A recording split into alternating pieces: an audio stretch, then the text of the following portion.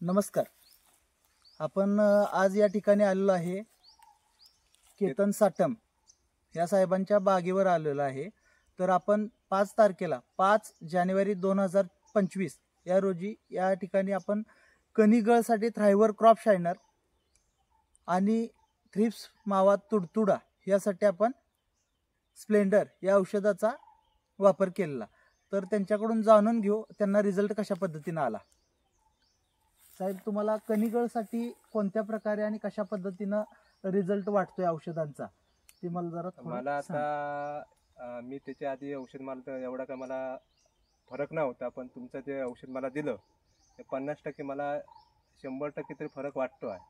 त्याच्याबद्दल तुम्ही मला ज्या माहिती दिली त्या माहितीप्रमाणे कन्सल्टिंग आहे आणि दिल्याबद्दल तुम्ही माहिती त्यांच्याबद्दल तुमचं सर्वांचं मनापासून आभार आहे. बरं, थँक्यू सो मच. अजून तुम्हाला दोन महत्त्वाची गोष्ट अशी विचारायची सर. आता आपण जर फवारलं होतं ते अख्खे तुमचा जो मोठा प्लॉट आहे त्याच्यावरती फवारलं नव्हतं. आपण हे 10% 15% प्लॉटवरतीच फवारलं होतं. तर तुम्हाला ते 15% आणि बाकीच्या राहिलेल्या प्लॉटमध्ये फरक जाणवतोय का? हो, 100% फरक जाणवतो. त्याच्यामध्ये एवढं काय वाटत नाही, पण हे मी 5-6 जर मी फवारणी केलं का मग त्यांना मला 100% रिजेक्ट आहे. म्हणजे तुम्हाला थ्रिपसाठी पण रिझल्ट भेटलाय आणि कणीगळसाठी. आज म्हणजे सर्वप्रथम मी सर्वांना अजून एकदा ह्या गोष्टीबद्दल सांगू इच्छितो बरं का. आज इथं मेजर इश्यू असा होता की कणीगळीचा पण खूप मोठा इश्यू होता आणि प्लस थ्रिपचा पण खूप मोठा इश्यू होता. तर आपण या ठिकाणी साटम साहेबांना स्प्लेंडर 1 लिटर पाण्याला 2 ml आणि थ्रायव्हर 1 लिटर पाण्याला 5 ml, क्रॉप शायनर 1 लिटर पाण्याला 5 ml.